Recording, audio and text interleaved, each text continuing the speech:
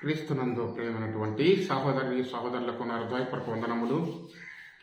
మరి యెహోవాకు పస్కా బలి, పస్కా పండుగ గురించి మరి ఈరోజు ఈ వీడియోలో ధ్యానించుకుందాం.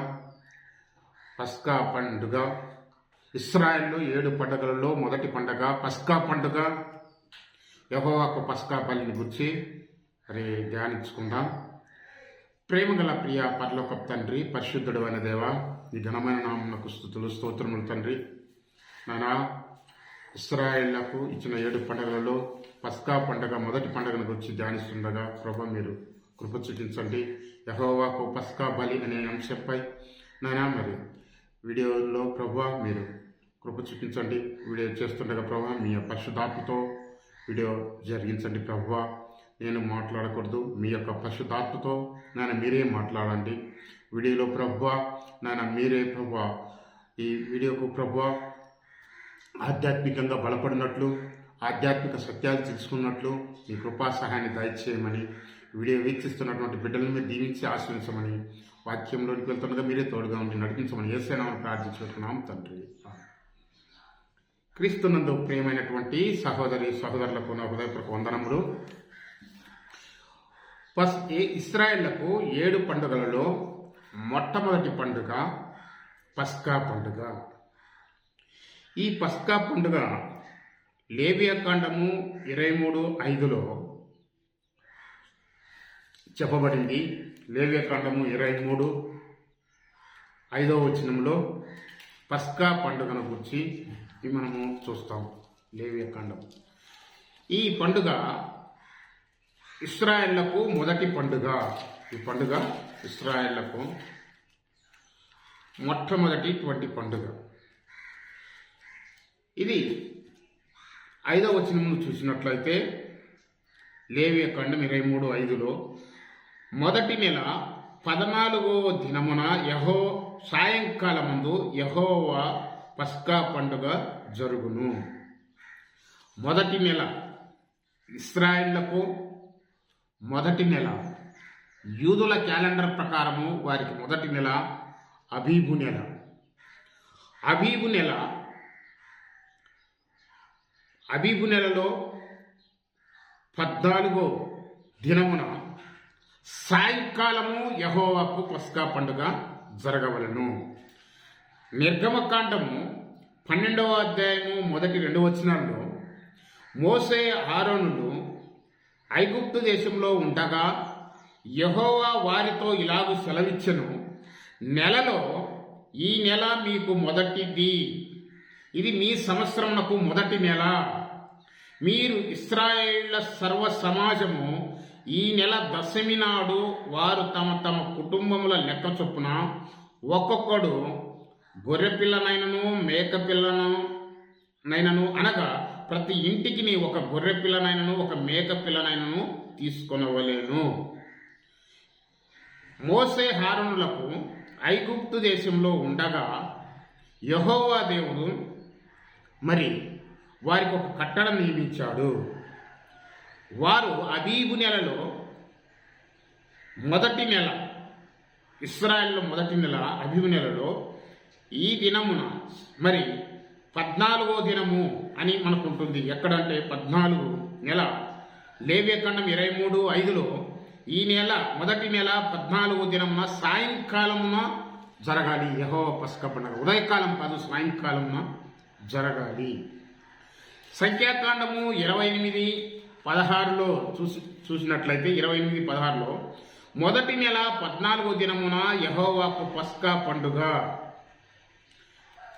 మొదటి నెల 14వ దినమున యెహోవాకు పస్కా పండుగ జరపవలెనని దేవుడు మోషే ఆరోనులకు ఐగుప్తు దేశంలో ఉన్నప్పుడు ఆజ్ఞాపించాడు. ఇది పస్కాను కూర్చున్నటువంటి కట్టడ. నిర్గమకాండము 12వ అధ్యాయము 43-48 వచనాల్లో చూసినట్లయితే 43 నుంచి ఎవరు ఈ పస్కా పండుగను పస్కా కట్టడను ఎలా ఇచ్చారంటే వారికి 43 నుంచి, మరియు యెహోవా మోసే ఆరోనుతో ఇట్లనెను, ఇది పస్కా పండుగను గూర్చిన కట్టడ. పస్కా పండుగను గూర్చినటువంటి కట్టడ ఏమిటంటే అన్యుడు ఎవడనో మరి దాన్ని పస్కా పండుగలో మరి గొర్రె పిల్లను వారి మేక పిల్లను ఆ పస్కాలో తినకూడదు అని ఇక్కడ ఉంది. అయితే పస్కా పండుగను గుర్చిన కట్టడను గురించి మనం 43లో చదువుతున్నాము. ఆ కట్టడను మనం యెహోవాకు పస్కాను ఆచరించాలి అని మనకు ఇంకా ఎక్కడుందంటే నిర్గమకాండము 12వ అధ్యాయము 25వ వచనంలో 26 యెహోవా 25-26 యెహోవా తాను సెలవించిన మీకు ఇచ్చుతున్న దేశమందు మీరు ప్రవేశించిన తర్వాత మీరు దీన్ని ఆచరింపవలెను. మరియు మీ కుమారులు మీరు ఆచరించు ఈ ఆచారం ఏమిటని మిమ్మల్ని అడుగునప్పుడు ఇది యెహోవాకు పస్కా బలి, యెహోవాకు పస్కా బలి అని చెప్పండి. అయితే ఇశ్రాయేలీయులు ఈజిప్టు నుండి వచ్చిన నెల అబీబు నెల. ఏ నెల? అబీబు నెల. వారి ఐగుప్తు దాస్యంలో నుండి కానానుకు ప్రయాణం చేసిన నెల ఏదంటే అబీబు నెల. అబీబు నెలలోనే వాళ్ళు వచ్చారు. నిర్గమకాండ 13లో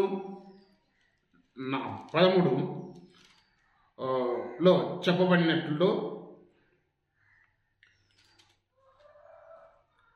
13 వచనం చూస్తున్నట్లయితే 13:4 అబీబు నెలలో ఈ దినమందే మీరు బయలుదేరి వచ్చి తిరిగి కదా.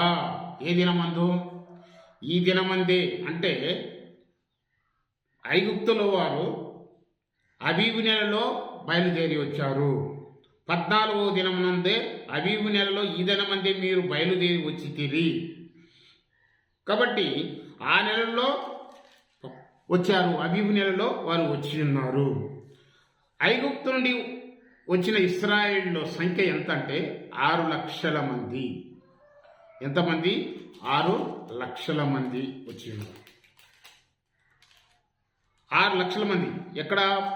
12వ అధ్యాయము 37వ వచనంలో అప్పుడు ఇశ్రాయేలు రామశేసు నుండి సుక్కోతునకు ప్రయాణమై పోయిరి, వారి పిల్లలు గాక కాల్బలము 6 లక్షల వీరులు. 6 లక్షల మంది బయలుదేరారు ఐగుప్తు నుండి.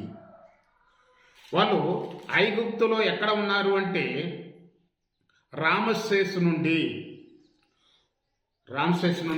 బయలుదేరారు. ఎక్కడికి? రామశేసు నుండి బయలుదేరారు.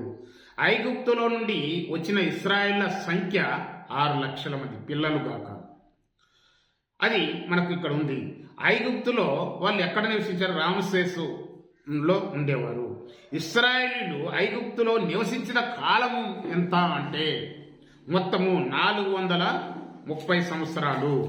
ఐగుప్తులో వారు నివసించిన కాలము ఎంత?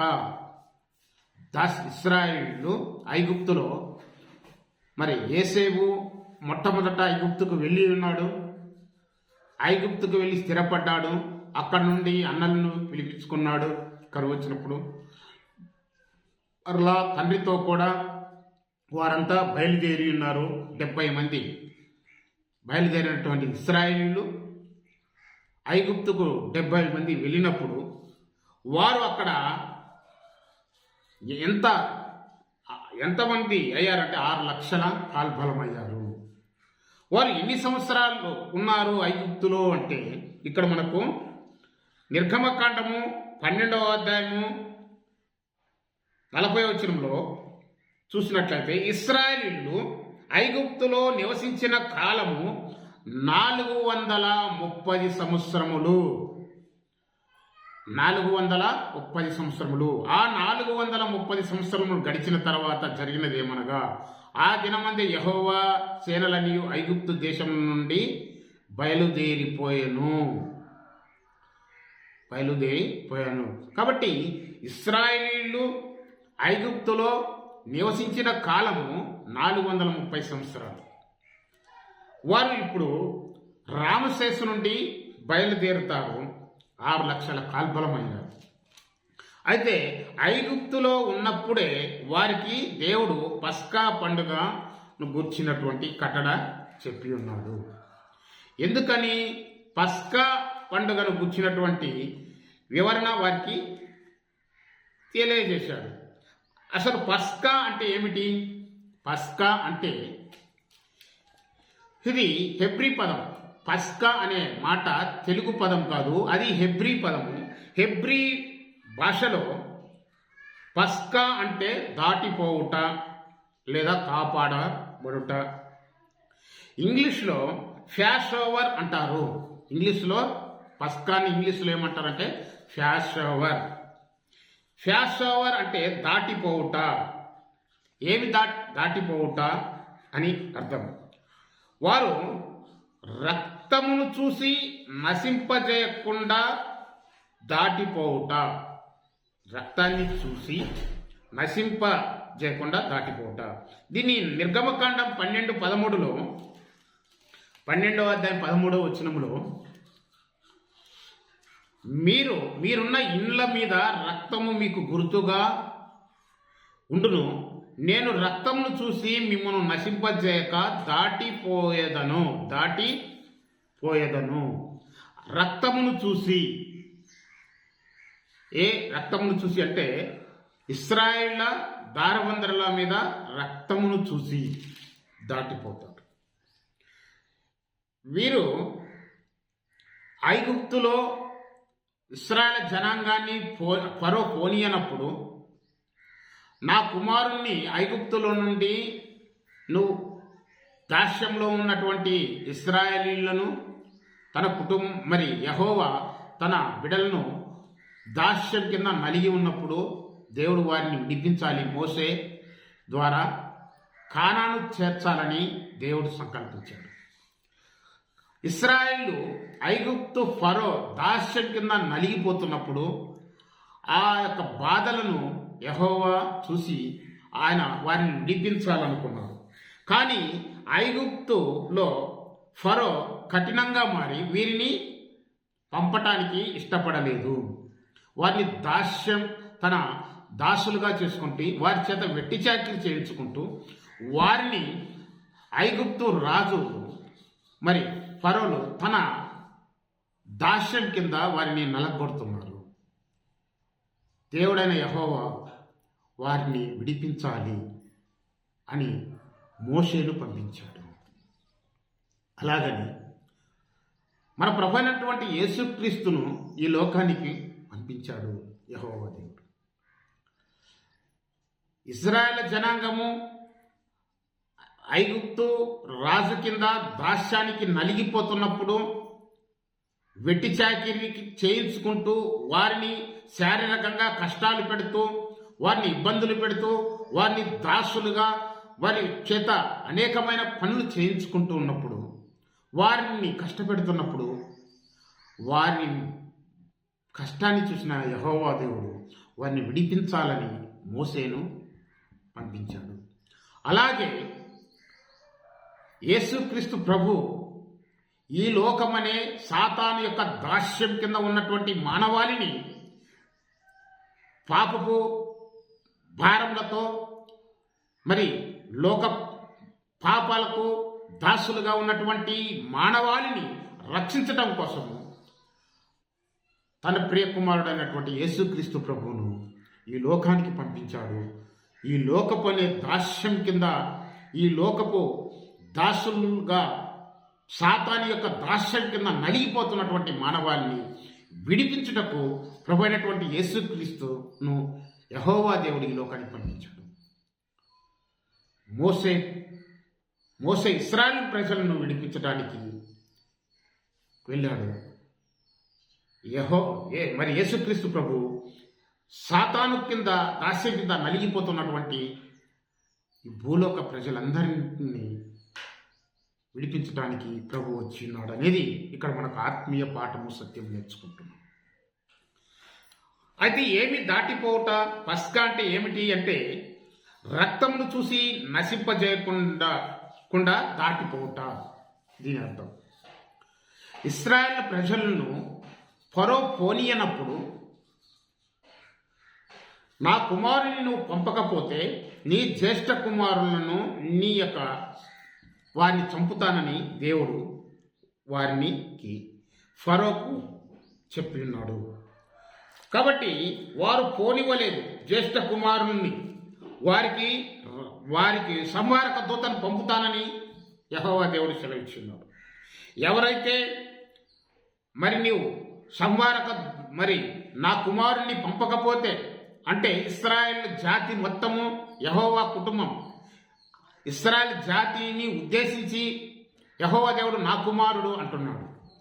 నా కుమారుణ్ణి అంటే ఇశ్రాయేలు జాతిని నీవు నీ దాస్యం కింద విడిపించకుండా నువ్వు అలానే ఉంచుకుంటే, నేను నీకు సంహారక దూతను పంపుతాను. మీ ఐగుప్తులో ఉన్న అన్యుల కుటుంబాలలో సంహార దూతను పంపించి వారి ప్రథమ కుమారులను చంపుతాను. నా జ్యేష్ఠ కుమారుడైనటువంటి ఇశ్రాయేలును నీవు పంపకపోతే, కానానుకు నేను పాలు తేనెలు ప్రవహించు దేశానికి వెళ్ళనీయకుండా నువ్వు అడ్డుకుంటే,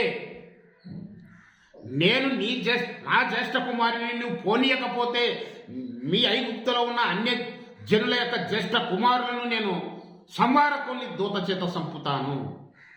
సంహారక దూతను నేనే పంపుతాను. తెగులతో మొత్తుతాడు, చచ్చిపోతారు అని దేవుడు సంహారక దూతను పంపించి ఉన్నాడు. ఆ ఇశ్రాయేలు జనాంగము ఐగుప్తులో మిళితమై ఉన్నారు, కలిసి ఉన్నారు. ఐగుప్తు జాతిలో అన్య జాతి మధ్య ఇశ్రాయేలు ప్రజలు జ్యేష్ఠ కుమారుడైనటువంటి ఇశ్రాయేలు జనాంగము 6 లక్షల కాల్బరము అక్కడే ఉన్నారు. వారి ఇళ్లలో సంహారక దూతను ముట్టకుండా ఉండటానికి వారికి ఒక నియమించాడు. మీరు గొర్రెపిల్లను తీసుకొని దాని రక్తంను వధించి మీ నిలువు కమ్మి మీద, అడ్డకమ్మి మీద ఆ రక్తాన్ని ప్రోక్షించండి. ఇశ్రాయేలు యొక్క జనాంగము, ఇశ్రాయేలు కుటుంబము ఈ కట్టడను ఆచరించండి. అప్పుడు సంహారక దూత ఆ రక్తాన్ని చూసి దాటిపోతుంది. ఆ కుటుంబాన్ని మొత్తకుండా, ఆ కుటుంబాన్ని నాశనం చేయకుండా సంహారక దూత దాటి వెళ్ళిపోతుంది. ఎందుకు? ఆ కుటుంబము నిలువు కమ్మి మీద, అడ్డకమ్మి మీద గొర్రెపిల్లల రక్తముతో చిందించి రక్తము ఉంది కాబట్టి సంహారక దూత నాశనం చేయదు, దాటిపోతుంది. అంటే రక్తమును చూసి సంహారక దూత దాటి వెళ్ళిపోతుంది. అంటే పస్కా అంటే దాటిపోవుట. సంహరింప చేయకుండా, ఆ కుటుంబాన్ని నాశనం చేయకుండా, తెగులుతో మొత్తకుండా, అక్కడ ఆ కుటుంబంలో ఏ తెగులు రాకుండా, జ్యేష్ఠ కుమారుని చంపకుండా ఈ సంహారక దూత దాటిపోతుంది. ఎవరిని చూసి అంటే రక్తాన్ని చూసి. ఆ నిలువు కమ్మి మీద, అడ్డకమ్మి మీద ఉన్న రక్తమును చూసి దాటిపోతుంది. కాబట్టి మీరు అది దాటిపోయినప్పుడు పస్కా అంటే దాటిపోతుంది. ఈ పస్కా పండుగను ఇప్పుడే కాదు, మీరు ఇది ఒక పండుగగా జరుపుకోవాలి. అది ఆ గొర్రెపిల్లను వధించాలి. ఆ గొర్రెపిల్ల ఎలాంటిదంటే, మీరు ఒక కుటుంబముకు ఒక గొర్రెపిల్లనైనా మేకపిల్లనైనా తీసుకోమని నిర్గమకాండం 12వ అధ్యాయం 3వ వచనంలో చలవిస్తున్నాడు దేవుడు. ఏమంటే, మీరు ఇశ్రాయేలు సర్వ సమాజంతో ఈ నెల దశమి నాడు వారు తమ కుటుంబంలో లెక్క చొప్పున ఒక్కొక్కడు గొర్రెపిల్లనైనను మేకపిల్లనైనను, అనగా ప్రతి ఇంటికి ఒక గొర్రెపిల్లనైనను మేకపిల్లనైనను తీసుకొనవలెను. ఆ పిల్లను తినుటకు ఒక కుటుంబం చాలకపోయిన ఎడల వాని పొరుగువాడును తన లెక్క చొప్పున దాన్ని తీసుకొనవలెను. ఆ గొర్రె పిల్లను తీసుకోవాలని చెప్పాడు. దాన్ని భుజించాలి, రక్తాన్ని చిందించాలి, ఇంటి మీద అవి కొమ్ము మీద వేయాలి. మిగతాది ఏం చేయాలి? మాంసాన్ని తినాలి. అప్పుడు మీరు ఆ గొర్రె పిల్లలను, మేక పిల్లలను కుటుంబము లెక్క చొప్పున తీసుకొని భుజించాలి. అది ఎలాంటి గొర్రె పిల్ల అయి ఉండాలి అంటే 6వ వచనం, నిర్గమకాండం 12:6లో నిర్దోషమైనది ఏడాది మగ పిల్లలను తీసుకునవలను. నిర్దోషమైనది అంటే ఇది నిర్దోషమైన గొర్రెపిల్ల మన ప్రభు అయినటువంటి యేసుక్రీస్తుకు ముంగుర్తుగా ఉంది. ఇశ్రాయేల్లో ఆనాడు తీసుకునేటువంటి గొర్రెపిల్ల ఏడాది గొర్రెపిల్ల అయి ఉండాలి. అది మగదై ఉండాలి. అది నిర్దోషమైనదిగా ఉండాలి. రాబో మెస్సయాకు ముంగుర్తుగా ఈ గొర్రెపిల్ల ఉంది. కాబట్టి గొర్రెపిల్లను పస్కా పండుగ జరుపుకోవాలి. ఏ రోజు జరుపుకోవాలి అని దేవుడు ఆచరించాడంటే అబీబు నెలలో, అంటే ఇశ్రాయేళ్ల క్యాలెండర్ ప్రకారం అబీబు నెల మొదటి నెల వారికి 14వ దినమున సాయంకాలమున వారు పస్కా పండుగ జరుపుకోవాలి. గొర్రెపిల్లను వధించి తీసుకోవాలి. ఆ గొర్రెపిల్లను తీసుకునేటప్పుడు జంతువులన్నిటిలో మిక్కిలి సాధువైనటువంటిది గొర్రెపిల్ల తీసుకోవాలి. సాధువైన గొర్రెపిల్లను తీసుకోవాలి. ఈ గొర్రెపిల్ల ప్రభు అయినటువంటి యేసుక్రీస్తుకు సాదృశ్యంగా, పోలికగా ఉన్నది. యేసు ప్రభు నిర్దోషమైనటువంటి వాడు, పవిత్రుడు, పరిశుద్ధుడు. ఆయనలో ఏ పాపము లేనటువంటిది. వీరు తీసుకునేటువంటి గొర్రెపిల్ల మచ్చలతో కూడినది అయి ఉండకూడదు, జబ్బు చేసినది అయి ఉండకూడదు. వీరు ఇశ్రాయేల్ ప్రజలు తీసుకునేటువంటి గొర్రెపిల్ల జబ్బు కడినది కానీ, కుంటిది కానీ, గుడ్డిది కానీ, మరి అటువంటి గొర్రెపిల్లగా తీసుకోకూడదు. మంచి గొర్రెపిల్లను, నిర్దోషమైనటువంటిది, అన్ని ఉన్నటువంటిది. అందుకే మన ప్రభువులో ఏ దోషము లేదు ఆయనలో అనేదానికి ఇది పోలికగా ఉంది. ప్రభు అయినటువంటి యేసుక్రీస్తు గొర్రెపిల్లకు పోల్చబడ్డాడు. రాబో మెస్సయ, పాపుల రక్షకుడైనటువంటి యేసుక్రీస్తు ప్రభు నిర్దోషమైనటువంటి వాడు, నిష్కలంకుడు, పరిశుద్ధుడు అని మన ఆ ప్రభును తీసుకోవాలి. ఆ ప్రభు మన కోసము వచ్చి ఉన్నాడు. క్రీస్తు ప్రభు మరి ఏడాది గొర్రెపిల్ల అయి తీసుకోమన్నాడు. యెహోవా ఏం చెప్పాడు ఇశ్రాయేలుకు? మోసే హారోన్లకు చెప్పేటప్పుడు మీరు గొర్రెపిల్లను తీసుకునేటప్పుడు అది మగ గొర్రెపిల్ల అయి ఉండాలి. అది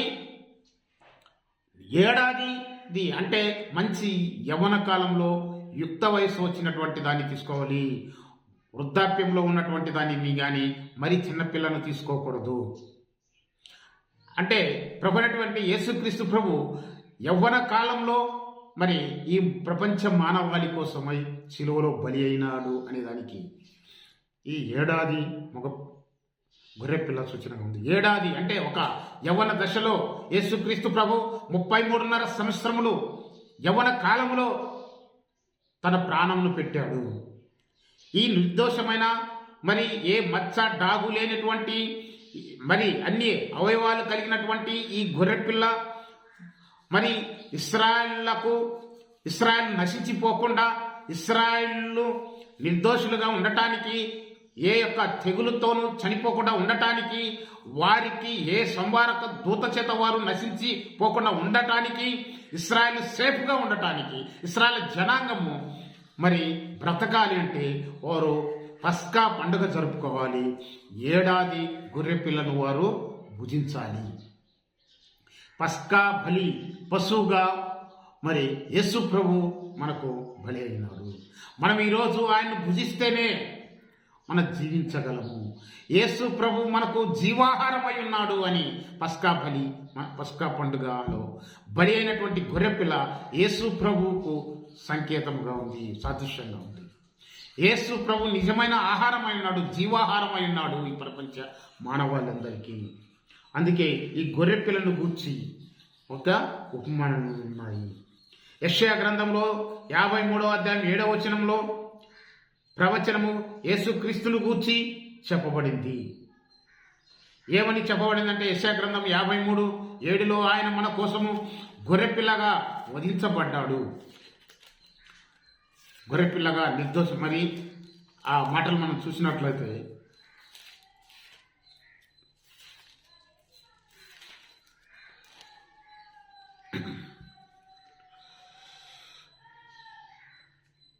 7వ వచనం, అతడు దౌర్జన్యము నొందెను, బాధింపబడినను అతడు నోరు తెరవలేదు. వదకు తేబడు గొర్రె పిల్లయు బొచ్చు కత్తరించు అని ఎదుట గొర్రెయు మౌనంగా నుండునట్లు అతడు నోరు తెరవలేదు. యేసుక్రీస్తు ప్రభు దౌర్జన్యం నొందాడు, బాధింపబడ్డాడు. ఆయన రోమా ప్రభుత్వములో ఆయన బాధింపబడ్డాడు.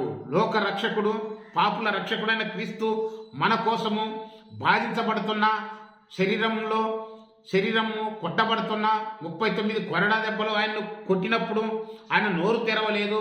ఆయన్ను మరి శిలువ రాను ఆయన మీద మోపి ఆయన్ను మరి యెరూషలేము వీధిలో తిప్పుతున్నా, ఆయన మీద దౌర్జన్యం చేస్తున్నా, ఆయన బాధింపబడుతున్నాడు, కానీ నోరు తెరవలేదు, మౌనంగా ఉన్నాడు.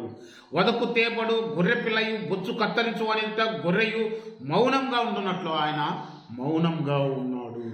అతను నోరు తెరవలేదు. గొర్రె ఏమి వధిస్తున్నప్పుడు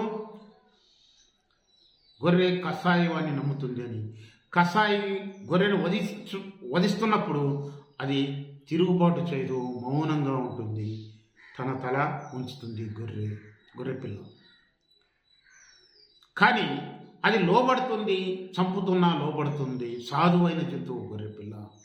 అలాగే ప్రభు అయినటువంటి యేసుక్రీస్తు ప్రభు మరి తన్ను బాధించే వారి మీద ఆయన ఎదురు తిరగలేదు, మౌనంగా ఉన్నాడు, నోరు తెరవలేదు. అంత శరీరం మీద అంత బాధ పెడుతున్నా ప్రభు మౌనంగా ఉన్నాడు. ఎవరి కోసం అంటే, ఇదంతా ఈ బాధ నేను అనుభవించాలి, ఈ లోక ప్రజలందరూ లోక పాపములు మరి నేను లోక పాపము మోసుకొని దేవుని గొర్రెపిల్లగా నేను వెళ్ళాలి, నేను మౌనంగా ఉండాలి, వీరందరి కోసం నేను రక్తం చిందించాలి, పాపక్షమాపణ కలగాలంటే నేను బలి అయిపోవాలని ప్రభువుకు తెలుసు. అందుకే ఆయన మౌనంగా ఉన్నాడు, ఓర్చుకున్నాడు. కాబట్టి ఇక్కడ ఏబేలు కూడా మొట్టమొదట గొర్రెపిల్లనే బలిగా అర్పించాడు. ఏబేలు అర్పించిన గొర్రెపిల్ల మొట్టమొదటి బలి, ఏబేలే మొట్టమొదటి బలి అర్పించిన వాడు. ఆ గొర్రెపిల్లను శ్రేష్టమైన వాటిని అర్పించినట్టుగా చూస్తాము. శ్రేష్టమైనటువంటి గొర్రెను ఏబేలు అర్పించాడు. ఆ గొర్రెపిల్ల ప్రభు అయినటువంటి యేసుక్రీస్తుకు సాదృశ్యంగా ఉంది. కాబట్టి ఇంకా అబ్రహాము ఇస్సాకును బలిగా అర్పించేటప్పుడు ఎంతో దుఃఖపడుతున్నాడు. తన ఏకైక కుమారుణ్ణి దేవుడు బలిగా కోరాడని, అయినా విశ్వాసంతో బలి అర్పించడానికి ఇస్సాకును మోరియా కొండ మీదకి తీసుకువెళ్ళాడు. ఆ పర్వతం మీదకి తీసుకెళ్ళినప్పుడు ఆయన్ను వధించడానికి సిద్ధపడినప్పుడు దేవుడైనటువంటి అక్కడ ఈ గొర్రె ఇస్సాకు మీద ధైర్యం చేశారు తన కుమారుని వధించటానికి. అక్కడ మనం చూసినట్లయితే గొర్రెపిల్ల అక్కడ ఇస్సాకు బలి అర్పించటానికి వెళ్తున్నప్పుడు ఇస్సాకు తన తండ్రి అయిన అబ్రహాంతో అన్నాడు, నా తండ్రి అని పిలిచాను. అందుకు అతడు, ఏమి నా కుమారుడా అనెను. అప్పుడు అతడు, నిప్పును కట్టెలు ఉన్నవి కానీ దహన బలికి గొర్రెపిల్ల ఏది నానా అని అడిగాడు. తన తండ్రిని, మరి కట్టెలున్నాయి, నిప్పు ఉన్నది కానీ నా తండ్రి గొర్రెపిల్ల ఏది మర్చిపోయావేంది, మరి నన్ను తీసుకుంటున్నావు, మోరియా దేశం మీదకి, మోరియా పర్వతం మీదకి తీసుకెళ్తున్నావు.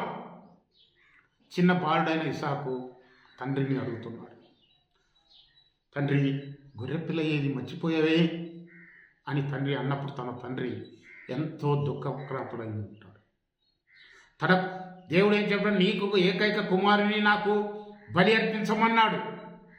100 సంవత్సరాలకు నీకు సంతానం ఇచ్చిన్నాడు. 100 సంవత్సరాలకు సంతానం ఇచ్చాడు. ఆ సంతానంలో మరి నాకు నీ ఒక్కగాని ఒక కుమారుని బలి అర్పించమంటే అబ్రహాము దేవునికి ఎదురు తిరగకుండా బలి అర్పించడానికి వెళ్ళాడు. కానీ ఇప్పుడు గొర్రెపిల్ల ఏది అని ఇస్సాకు అడుగుతున్నప్పుడు నిన్నే వధించడానికి వెళ్తున్నానని తండ్రి చెప్పలేక దుఃఖాన్ని మింగుతూ ఏమన్నాడంటే, యెహోవా చూసుకుంటాడు. అబ్రహాం మరి నా కుమారుడా, దేవుడే దహన బలికి గొర్రెపిల్లను చూసుకోమని చెప్పాడు. దేవుడే చూసుకుంటాడు. దహన బలి గొర్రెపిల్లను వధించాలని బాలుడైన ఇస్సాకు తెలుసు. తండ్రిని అడుగుతున్నాడు. కానీ తండ్రి దుఃఖంతో నిన్నే ఇవ్వమన్నాడయ్యా అని చెప్పలేక దేవుడే చూసుకుంటాడు. మరి చూసుకున్నాడు. అబ్రహాము మరి తన బలిపీఠ మీద కట్టెలు ఉంచాడు. తన కుమారుని వధించుటకు తన చెయ్యి ఎత్తి కత్తి పట్టుకొని చంపబోతున్నప్పుడు అబ్రహామా అబ్రహామా అని పిలిచాడు. అందుకు చిత్తము అనెను.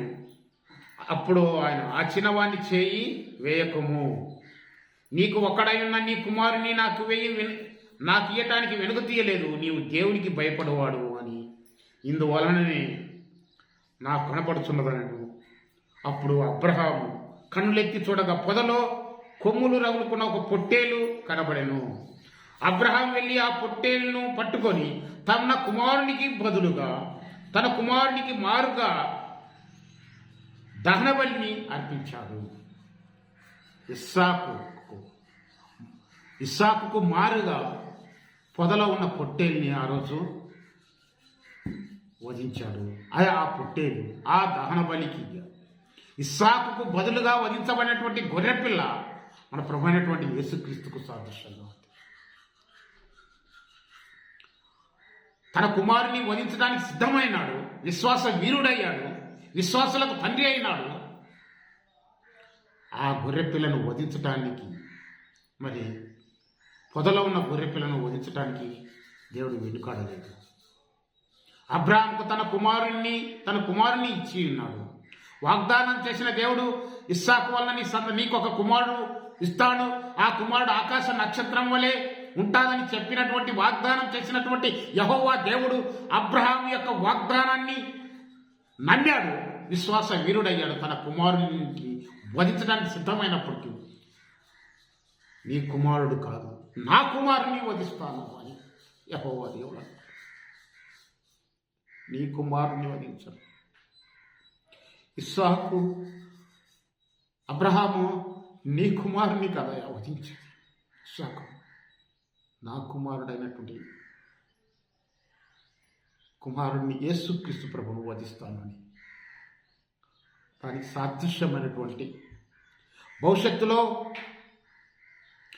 మరి గొల్గతా కొండ మీద వధించబడినటువంటి యేసుక్రీస్తుకు ముంగుర్తుగా ఉన్న ఆ పొట్టేలును వధించాడు.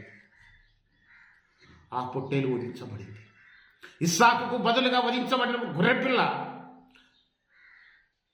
తర్వాత కాలంలో భవిష్యత్తులో కల్వరి కొండ మీద బలి అవుతున్నాడని యెహోవా దేవుడు నిర్ణయించుకొని నా ఏకైక కుమారుడు ప్రభువైనటువంటి యేసుక్రీస్తును అందరి కోసము బలిగా అర్పించాడు గొల్గతా కొండ మీద. వాగ్దానం చేసిన దేవుడు నమ్మదగిన వాడు, నీతిమంతుడండి. అబ్రహాం అయితే సేఫ్ జోన్లో పెట్టాడు. ఇస్సాకును తనకి ఇచ్చేశాడు. ప్రభు అయినటువంటి యేసుక్రీస్తును మాత్రం ఈ ప్రపంచ మానవాళి అందరి కోసం, మనందరి కోసం ఆ ప్రభువును కల్వరి గిరిలో వధించి ఉన్నారు. ఆ గొర్రెపిల్లకు సాదృశ్యంగా ఉంది ఇస్సాకుకు బదులుగా వధించబడిన గొర్రెపిల్ల. అయితే బాప్తిసమిచ్చు యోహాను యేసు ప్రభువును గొర్రెపిల్లకు పోల్చున్నాడు. యేసు ప్రభు వస్తుంటే ఇదిగో యోహాను సువార్త 1:29 ఆయన అంటున్నాడు. యోహాను సువార్త 1:29 బాప్తిస్మకుడైనటువంటి యోహాను ప్రభు అయినటువంటి యేసుక్రీస్తును ఏమని అంటున్నాడంటే, లోక పాపములు. మరునాడు యోహాను యేసు తన యుద్ధకు రాక చూసి, ఇదిగో లోక పాపములు మోసుకొని పోవు దేవుని గొర్రెపిల్ల. లోక పాపములు మోసుకొని పోతున్నటువంటి గొర్రెపిల్ల అని అంటున్నాడు. యేసు ప్రభు యోహాను దగ్గరికి వస్తున్నప్పుడు, ఇదిగో లోక పాపములు మోసుకొని పోతున్నటువంటి దేవుని గొర్రెపిల్ల. 35వ వచనంలో, మరునాడు మరలా యోహానును అతని శిష్యులలో ఇద్దరు నిల్చుండగా అతడు నడుచుచున్న యేసు వైపు చూసి, ఇదిగో దేవుని గొర్రెపిల్ల అని చెప్పాను. ఇదిగో దేవుని గొర్రెపిల్ల. ఎవరండి? దేవుని గొర్రెపిల్ల. లోక పాపములు మోసుకొని పోతున్నటువంటి దేవుని గొర్రెపిల్లగా ప్రభువు వర్ణించబడ్డాడు. మనందరి పాపముల కోసమై ప్రభు లోకంలో ఉన్న వారి పాపాలన్నిటినీ మోసుకొని పోయి గొర్రెపిల్ల మన కోసమై వధించబడ్డాడు. వధించబడినటువంటి ప్రభు మన పాపములను ఆయన తన కల్వరిలో సిలువలో మోసాడు.